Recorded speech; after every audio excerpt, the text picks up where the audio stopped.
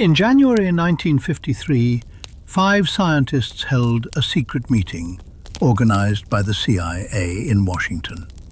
They had to answer one question: did UFOs threaten the United States? After 4 days, their answer was clear. The objects posed no direct physical threat, but the panel had identified a new target: the public, the reports, the witnesses, the refusal to stop asking questions. That was the problem the panel chose to solve, not the unknown phenomenon, the conversation around it. It recommended watching civilian UFO groups. It called for a campaign to strip sightings of their mystery, run through mass media, schools, and trusted public voices. It treated public attention as a national security problem. The objective was simple: stop the conversation. The government failed to explain what crossed Washington's radar. The CIA's solution was to make the questions easier to dismiss. Welcome, friend, to JL's History's Mysteries. Sit by our fire and let us share a story. At 11:40 on the night of July 19th, 1952, the radar sweep at Washington National Airport began painting targets that should not have been there. They appeared in groups, drifting slowly, vanishing, then returning somewhere else. Controllers called nearby stations and heard the same thing coming back. Other operators were watching unfamiliar returns too. And out in the summer night, pilots and people on the ground were reporting lights during the very same hours. Fighter interceptors climbed into the darkness. They came back with nothing they could name. By sunrise, Washington had a mystery. By Monday morning, the newspapers had it. The man responsible for investigating it did not. Edward J. Ruppelt ran Project Blue Book, the Air Force office assigned to unidentified flying objects. That Monday, he stepped off a plane at Washington National, bought a newspaper inside the terminal, and found his investigation on the front page. He went straight to the Pentagon. The intelligence officers there knew little more than the paper. Ruppelt tried to get to work. He needed a car. He needed amended travel orders. He needed the radar reports and the men who had watched the scopes. The Air Force had already sent fighters into the sky. On the ground, its investigator could not get a ride. Every request led to another office, another delay, or another man getting ready to go home. At exactly 5:01, Ruppelt gave up and returned to Dayton. The targets had ignored office hours. The investigation did not. 1 week later, the blips came back. On the night of July 26th, operators at Washington National, the airport tower, and Andrews Air Force Base reported more unidentified returns. At one point, 12 appeared on a single scope. F-94 interceptors launched again. Pilots saw lights. No fighter closed on a confirmed object. Major Dewey Fournay and Lieutenant John Holcomb reached the radar center after midnight. Holcomb watched 7 strong returns crawl across the scope, then went looking for the night's easiest answer. The weather charts showed a slight temperature inversion near the surface. An inversion can bend radar energy and turn objects on the ground into ghosts in the sky. But Holcomb did not believe the weak layer he found could explain the strongest targets in front of him. That did not prove machines were flying over Washington. It proved the easy answer was not ready. The evidence was a knot. Different radars did not always share the same target. Lights did not line up neatly with every return. Meteors, aircraft, ground lights, false echoes, and serious observations had all arrived in the same confusion. Untangling it would take time. Washington gave it 3 days. On July 29th, the mystery reached the White House. Brigadier General Robert Landry, President Truman's air aide, called Ruppelt at the president's request. Ruppelt told him weather might explain the radar targets. He could not prove it. Hours later, Major General John Samford faced the press at the Pentagon with the Chief of Air Force Operations beside him. It was the largest Pentagon press conference since the end of World War II. That is how badly the country wanted an answer. Samford offered weather-related radar propagation as the leading possibility. He spoke carefully. The headlines did not. A possibility became the answer before the investigation had caught up. In August, Civil Aeronautics Administration researchers tracked similar false targets around Washington and showed that the atmosphere really can paint convincing ghosts on a radar scope. That mattered. But a mechanism found in August could not replay 2 nights in July. The public received certainty. The record kept the uncertainty. The CIA did not have to believe in visitors from another world. It only had to imagine Moscow listening. To intelligence analysts, the UFO wave looked like a hole in the country's air defenses. Thousands of useless reports could flood military communication channels. Repeated false alarms could dull the response to a real attack. Panic could be turned into a weapon. Those dangers were real. They also made the witness easier to control than the object. In January 1953, 5 scientists gathered in Washington at the CIA's request, chaired by physicist H.P. Robertson. These were not fringe men. Robertson had served at the highest levels of wartime scientific intelligence. Beside him sat Luis Alvarez, a radar pioneer who would one day win the Nobel Prize. For 4 days, they reviewed the government's strangest files. Selected case reports, statistics, Blue Book's procedures, briefed by Ruppelt himself. And assisting the panel sat a young astronomer, the Air Force's own scientific consultant on UFOs. His name was J. Allen Hynek. Remember him, friend. He returns to this story at the worst possible moment. The panel also watched movies. 2 strips of film sat near the top of the government's unsolved pile. One from Great Falls, Montana. 2 bright objects crossing the sky in 1950. One from Tremonton, Utah, a cluster of white shapes circling in the sunlight, filmed by a Navy officer in 1952. The Navy's photo interpretation laboratory had spent roughly 1,000 man-hours on the Tremonton film, measuring it frame by frame without settling what the objects were. The panel watched the film. Then it watched a short clip of seagulls flashing in bright sunlight. Birds, it concluded. 1,000 hours of analysis answered in part of an afternoon. Across 4 days, the panel spent about 12 hours with the phenomenon itself. Then it was ready. No direct physical threat, no hostile foreign technology, no reason to rewrite modern science. Put yourself in that room for a moment.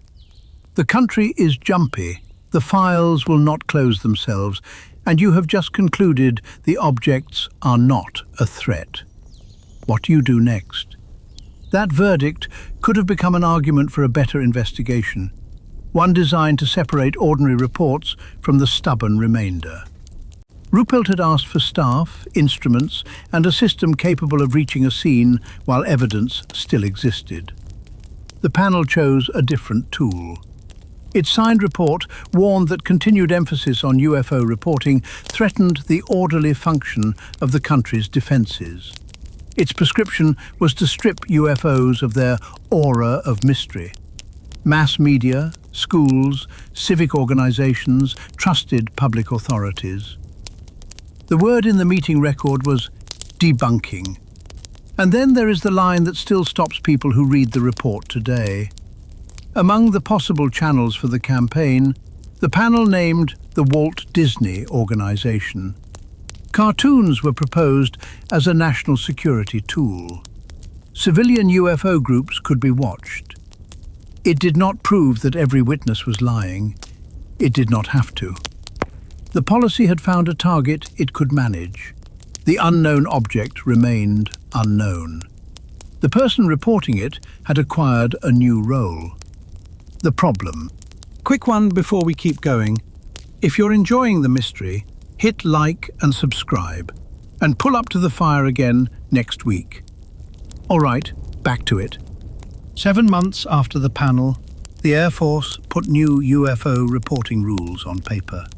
Regulation 200-2 told units to collect reports quickly, investigate them in detail, and send the information up the chain. Inside the military, the reports were supposed to move fast. But the rules placed a gag order on what officials could say to the public. When an object was identified as something familiar, local officials could give the press an answer. When it remained unexplained, they could say only that the Air Technical Intelligence Center was analyzing it. Solved stories could leave the building. Unsolved stories stayed. Then classified aircraft entered the sky, and investigators began receiving reports they could solve but were forbidden to explain. In August 1955, the CIA began testing the U-2 reconnaissance aircraft. Commercial airliners normally flew below 20,000 feet. The U-2 could fly near 60,000, and after sunset on the ground, the secret aircraft could remain high in sunlight. To an airline crew far below, it looked like a bright object hanging where no aircraft should have been. Airline crews reported what they saw to air traffic control. Blue Book investigators could sometimes compare those reports with classified U-2 flight logs. They knew the answer. They could not give it. Decades later, the admission came from inside the CIA. An agency historian wrote that U-2 and OX cart flights may have accounted for more than half of the UFO reports received during parts of the late 1950s and 1960s. He also wrote that the Air Force made misleading and deceptive statements to protect the programs. The witness had seen a real object. The public explanation was false because the true one was classified. The same pressure followed the U-2's successor. The CIA's A-12 flew above 90,000 feet at more than 3 times the speed of sound. Commercial airline crews saw it during testing, so NORAD created procedures so radar stations would not report detections of high-performance aircraft. When the government disclosed part of the program in 1964, it showed an Air Force interceptor and called it the A-11. The CIA reconnaissance aircraft remained secret. The machinery was now complete. Receive the report. Recognize the classified cause. Suppress the detection. Offer a substitute story. On May 24, 1963, that machinery came down in the Utah desert. CIA pilot Kenneth Collins was flying an A-12 test mission when ice blocked part of the aircraft's pressure system. His instruments began to lie. The speed readings turned false and confusing. An aircraft built across the sky at Mach 3 could no longer tell its pilot how fast it was moving. Collins lost control and ejected. The black aircraft struck the desert 14 miles south of Wendover. He survived without injury. Within 2 days, the CIA recovered the wreckage. People who had reached the scene were identified and asked to sign secrecy agreements. The press was told an F-105 had crashed. An aircraft the public did not know existed disappeared into the story of an aircraft that had not crashed. The secret was real. The security purpose was real. The public story was false. The official history preserved Kenneth Collins's name. It called the civilians who encountered the wreckage only persons at the scene. The program kept its identity. The witnesses lost theirs. The first cover story protected an aircraft. The next one protected the policy. Ruppelt revealed the panel's existence in his 1956 book, and civilian researchers began asking the obvious questions. Who convened it? Who wrote its orders? The CIA refused to say. When officials prepared a version of the report for release, they removed the references to the CIA and to psychological warfare. The public could see the conclusion. The author and the motive had vanished. The loudest of the researchers asking was Donald Keyhoe, a retired Marine Corps major whose books argued that the sources were real and the government knew more than it said. Inside the CIA, officers traded memos about his motives. On the night of January 22, 1958, Keyhoe walked into a CBS studio in New York to appear live on a program called Armstrong Circle Theatre. Every word of the broadcast had been scripted and cleared in advance. That was standard network practice. Near the end of his segment, Keyhoe looked into the camera and left the script behind. He began telling the country that his committee was working with a Senate committee investigating UFO secrecy. And then, mid-sentence, his voice vanished from living rooms across the country. The control room had flipped a switch. For several seconds, viewers watched a man speak into silence. Here is the truth of that moment, and it is stranger than the legend. CBS cut the audio because network rules required it. An unapproved claim on live television silenced by a continuity department. Not by the Air Force. And the line Keyhoe most wanted the country to hear had already made it out before the cut. It did not matter. Before long, the silence was the story. Because a government that hides real aircraft behind false ones and hides its own name inside its own report no longer gets the benefit of the doubt on a dead microphone. Millions had just watched a man silenced for talking about UFO secrecy. In a decade when UFO secrecy was real, managed truth had a new cost. Even honest silence now sounded like a lie. By 1966, Project Blue Book had one officer, one sergeant, and one secretary. The public face of the Air Force investigation had been reduced to 3 people. And an internal review admitted that some cases labelled identified rested on evidence too weak to identify them at all. Then, in March 1966, the policy met Michigan. Over 2 nights, dozens of people around the town of Dexter, including sheriff's deputies, reported strange lights over a marsh. The next night, 87 students at Hillsdale College watched lights over the campus for hours. The newspapers descended. The Air Force sent its scientific consultant to calm things down. It sent J. Allen Hynek, the man from the panel room. 13 years earlier, he had sat with the Robertson panel while it prescribed debunking. Now, at a packed Detroit press conference, with reporters ready to carry his answer across the country, he offered a possible explanation for some of the Michigan lights. Marsh gas. His theory was that rotting vegetation could release gases that shimmered with faint light. The country heard something else: swamp gas. Within days, the phrase was a national punchline. Cartoonists used it, comedians used it, witnesses heard it as a verdict on themselves. The old debunking instinct had finally embarrassed its own government. Michigan's congressman, a future president named Gerald Ford, demanded congressional hearings, saying the American people deserved a better explanation than the one the Air Force had given them. And in April 1966, before the House Armed Services Committee, the Air Force's own consultant broke ranks. Hynek told Congress that some of these reports deserved serious scientific study. The man sent to explain the sightings away would spend the rest of his life arguing that the question deserved better. The Air Force had already been advised to move part of the investigation outside its own walls. Michigan made that move politically impossible to ignore. The escape route led to Colorado.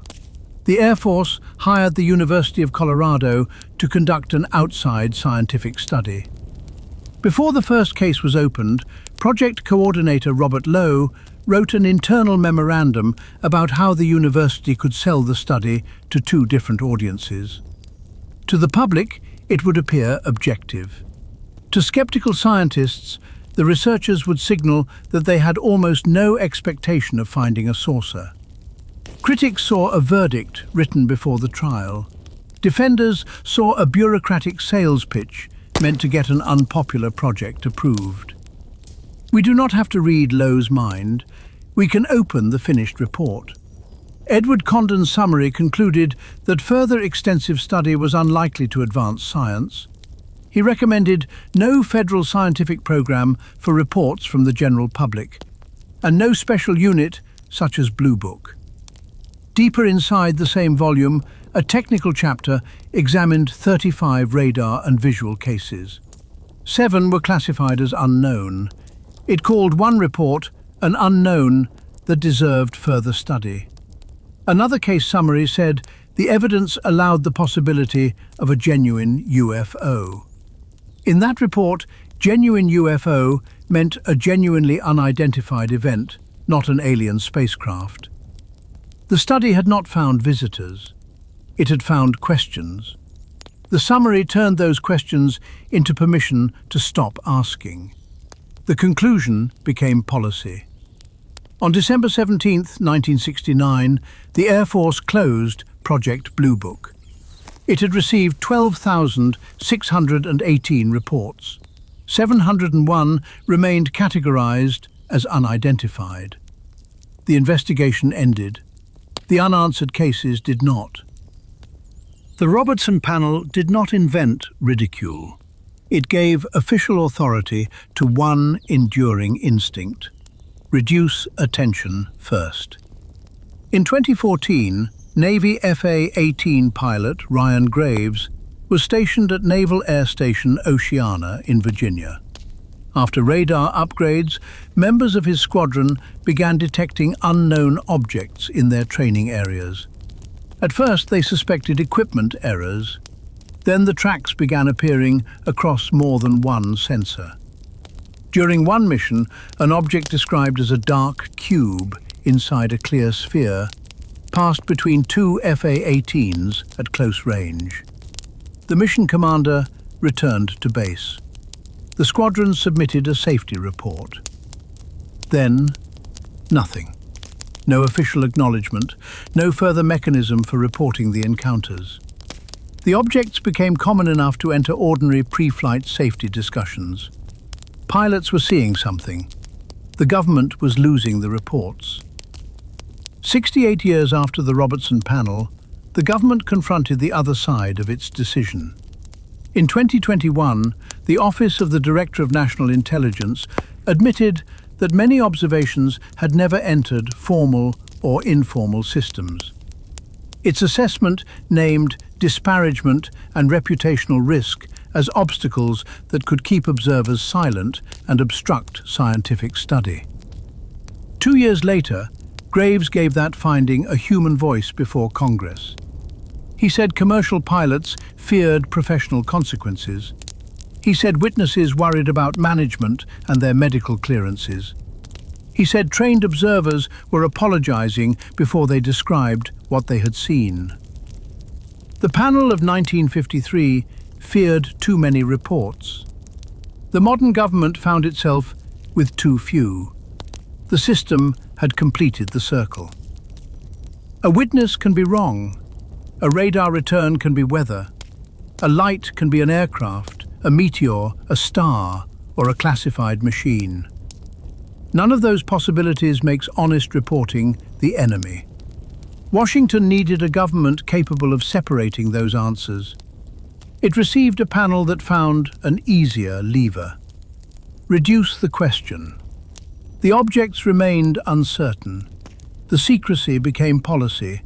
The witnesses paid the cost. So the next time you hear someone laugh off a strange report, friend, that's where the trail goes cold for tonight. If that report had landed on your desk, what would you have done? If you want another mystery by the fire, subscribe, and I'll see you at the next one.